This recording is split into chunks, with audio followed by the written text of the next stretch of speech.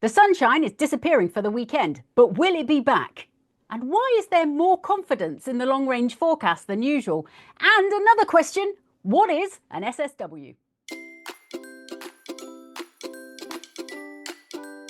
We've got all the answers to those questions. Welcome to the latest podcast from Square Raindrop. I'm Jo Wheeler. And I'm Steff Galton. And both of us got the memo about wearing red today. We did. I didn't get the memo on dyeing your hair a lot darker though, Jo. What's gone on there? Well, now that was a bit of an error. Only in so much as, I don't know if anybody else out there does Duolingo, but I do with quite a passion. I think my streak is now up to 800 and something days. But they've kind of changed the system whereby you get awarded double points or triple points. And so literally I was sitting there having put some colour on my hair and it gave me 21 minutes. And I was thinking, I can manage that. But then it kind of upped it to 36 minutes. And I'm thinking, well, I'm not going to give up my triple points. Not on Duolingo. No way, no how. So I just sat there and let my hair get darker and darker. Yeah, it's fine. It'll wear off. Muy bien, Jo Wheeler. Muy bien. That's all I can say. That's about the extent of my Spanish. Yes, I am married to a Spanish speaker. Don't say a word. My kids still take the mick out of my Spanish. So I've given up entirely now because there's nothing more humiliating than an 8-year-old going, "That's not how you say it, Mummy." Well, my middle daughter is passionate about all things Spanish and for years only spoke to me in Spanish and I answered in Portuguese. So we never understood each other, but I do know her name, that's good, which in Spanish is Xioxia, because they don't do that G letter, do they? No. I was once at a railway station in Morocco, don't ask why, and somebody came up to me and spoke to me in French and asked where the train was to some other city, and I answered them in perfect Spanish that they needed the train over there on that platform. But he looked at me like I was mad, and it was only as he walked away I went, "Oh, I answered in Spanish." Like my brain goes, you want one language, I can do that one. That only one. And my accent's French. So everybody always thinks I'm a French person speaking Spanish. Stick to the one and the one only. Now, there's very good reason why we're both in long sleeves today, because we don't have the sunshine. I know. I've just looked at the satellite picture and look at that. There is sunshine for many parts of England, central, northern, southeast. But look at that little trailing leg of cloud. Where does that go, Jo? From your house to my house? From me to you, from you to me. Surely there was a comedy programme about that. The Chuckle Brothers. How can you forget the Chuckle Brothers? Willingly. Oh. Anyway, with luck, that cloud will thin and break this afternoon, and we will actually see some sunshine, which will be nice. Because if we do, we'll actually get reasonable temperatures. It should be about 16 or 17 here on the East Coast. I know, nice. We had them yesterday as well. Weekend's looking a bit different though, isn't it, Jo? It is. That's okay. But I mean, it gets interesting after that. But just give us a quick descriptor for the weekend. So it all starts to change on Friday. A cold front moves through. That cold front lives up to its name. So bringing in fresher air, a fresher feel to it, but also less claggy than all of this stuff that Jo and I currently have over our house. So then it's sunshine and showers heaviest in the northwest, thunder, all of that good stuff.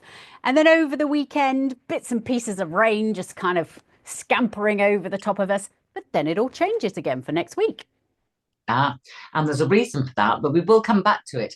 In the meantime, just in case anybody is doubting your word, it should be said you have letters, Steffi. You have letters after your name, and you have a certificate, a new one. A certificate, and I'm not afraid to use it. Look at this. Oh yeah, I'm a chartered manager. Oops, can't talk. Did you just have to spell it? And what does that mean? It means I can tell you how to work and that you must work much harder. That's what it means. Okay. Is it, as Maureen Lipman would have said, is it an ology? So it's with the CMI, who are the Chartered Management Institute. They're the professional body for leaders and managers in the UK. And they've awarded me Chartered Manager status. And I'm very proud. And it's actually a really big honour. So jokes aside, it is pretty cool. I went to a CMI Communities Live event yesterday in Portsmouth, and they invited me onto the stage and all gave me a big round of applause as I picked up my certificate. Oh, how lovely. I bet you love that. I was slightly embarrassed, but it's all good. I was only the colour of my shirt. And yours. Well, that's a wonderful accolade. But you have another one to your name, which is to be the proud owner of more pairs of spectacles than both Vision Express and Specsavers combined. Oh, bless my old man. So yeah, my dad obviously passed away in November, and it turns out he had quite a few pairs of glasses in his house. Now, I know that when people pass away, you do find that they've been stockpiling things quite often. My sister's friend said that he has his mum passed away 15 years ago and he's never had to buy any more cling film since then. But for my dad, it seems to have been glasses. Now, guess how many glasses he had in his house, Joe? Okay, well, if you can match me, yeah, probably six or seven. You're an amateur. You're an amateur, Joe. No, 37 pairs of glasses we have found, and I have to stress, so far. 37. And the house isn't massive. It's not like, the White House or anything. It's You're going to fairly need small. you're going to need a separate skip just for the glasses. Just for, no, because you can reuse and recycle. And there is a company who will take your old glasses. There are many companies that would take them and melt them down, but there's also another one that will take them and distribute them elsewhere to people who need glasses. So that's what we're doing with all 37 pairs of glasses. I do hope there's a lot of people in the UK and beyond that all have the same eye problems as my father. Well, I'm not giving up any of mine because every time I lose my current ones, one of the previous prescription comes back into play. So as long as I know where they all are, it's all good news. Now, it was quite interesting. I was driving up to Cheshire the other week and I barely got 25 minutes away from home and suddenly my car started bleeping. It's going, I've got a problem. I've got a Oh, problem. no. I'm thinking, oh, for goodness sake, I've just replaced the coil spring. We've just had new tyres on two of the wheels. Anyway, and I was thinking, what on earth is wrong with you now? So I pull into the garage, right? And I switch the car off and switch it back on again. So rather than just flashing a warning light at me, it's telling me what the problem is. And it goes, you haven't set the time and date. And I'm Is going, that it? do you need to know that? I mean, I know the day and the date that I set off. I don't expect to lose 4 days, on my way across to Cheshire. Why do you need to Yeah. know? You And can't why? drive when you're drunk. It's illegal. So you can't lose 4 days like that. It's ridiculous. I know. Once I set the time and the date, it was like, all right, you can drive now. I And I'm have to like, say, Joe, that is one temperamental car. I know, my little fat mini. Maybe it's because I insult it all the time. That might be Anyway, it. inexplicable cars and then the weather. Now, there's been such a question mark over what's been about to happen. Now, of course, I love my crystal ball gazing. I love looking ahead. I like portents of things that'll happen in the future. And you're going, nope, not until I see it.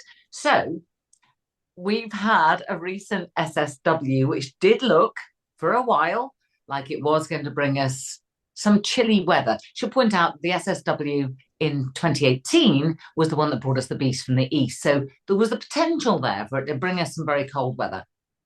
First of all, let's explain what an SSW is, because it's not something that people wander around chatting about at the school gates, I've noticed. Although I've tried to encourage it, they're having none of it. I don't know why I'm estrogized. I don't know what the word is. Anyway, moving on. Ostracized.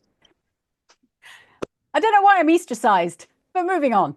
Let's take a look at what's happening with the SSW. So SSW stands for Sudden Stratospheric Warming. And it's what happens really high in the atmosphere. And for most of the time, we don't need to know about it and we don't need to care. There's usually one every other year. But the beast from the east, when was that, Joe? 2018. So that was the last time we really noticed a big SSW and we all got very, very cold and a bit snowy.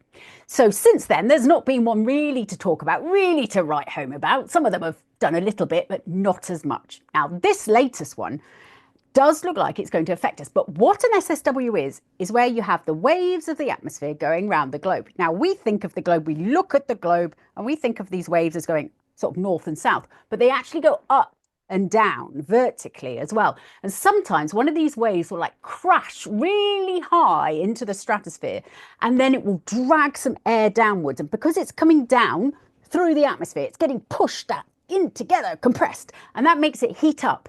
So that's why it's a sudden stratospheric warming. And the temperatures can rise by about 50 degrees. So it's a massive warming. It's not just a little bit. It is a proper Yeah, southern but stratosphere. not 50 degrees on the ground. We're not going to go from 15 degrees today to 45 tomorrow. No, nobody panic. Nobody panic. That's not on the ground. No, we're talking really high up in the stratosphere. So we don't need to worry about it. And as I say, most of the time, we don't even know it's happening. We don't even need to know it's happening. But this time, Joe, this time it looks like it's going to affect us. And how? Well, we're not going to get a beast from the east. It doesn't look like. So, like we remember from 2018, the snow event, the cold, the endless low temperatures. You mentioned that. I was in it. I was living it. Yeah, I think I was in Doha going, oh, I think I'll ride a camel. Anyway, moving on.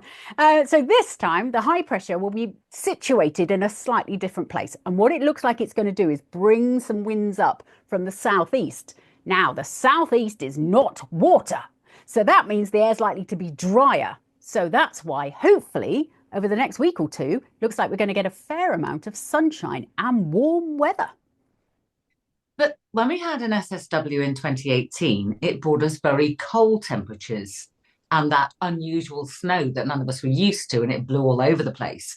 So if an SSW usually results in colder weather, why this time is it going to result in warmer temperatures? An SSW can do many different things. It basically displaces what's going on over the poles, that cold air, and it can put it anywhere, and the winds will change. And so what happens on the ground isn't the same every single time.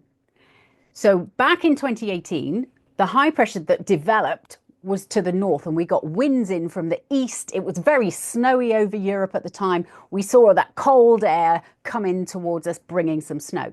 This time, because the high pressure is going to be shifted a little bit, we're going to get the winds coming up from the southeast, dragging in some warmer air, no snow.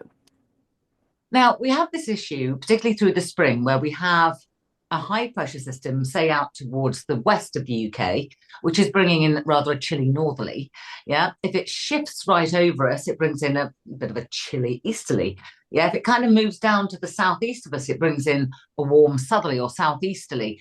So that happens with high pressure anyway. What's the difference in terms of the impact of an SSW? It could be a number of things. Often with an SSW, you get a blocked pattern. So with a high pressure, they're generally big, flabby things that don't like to move anywhere in a great hurry anyway. That's but me. With an yeah.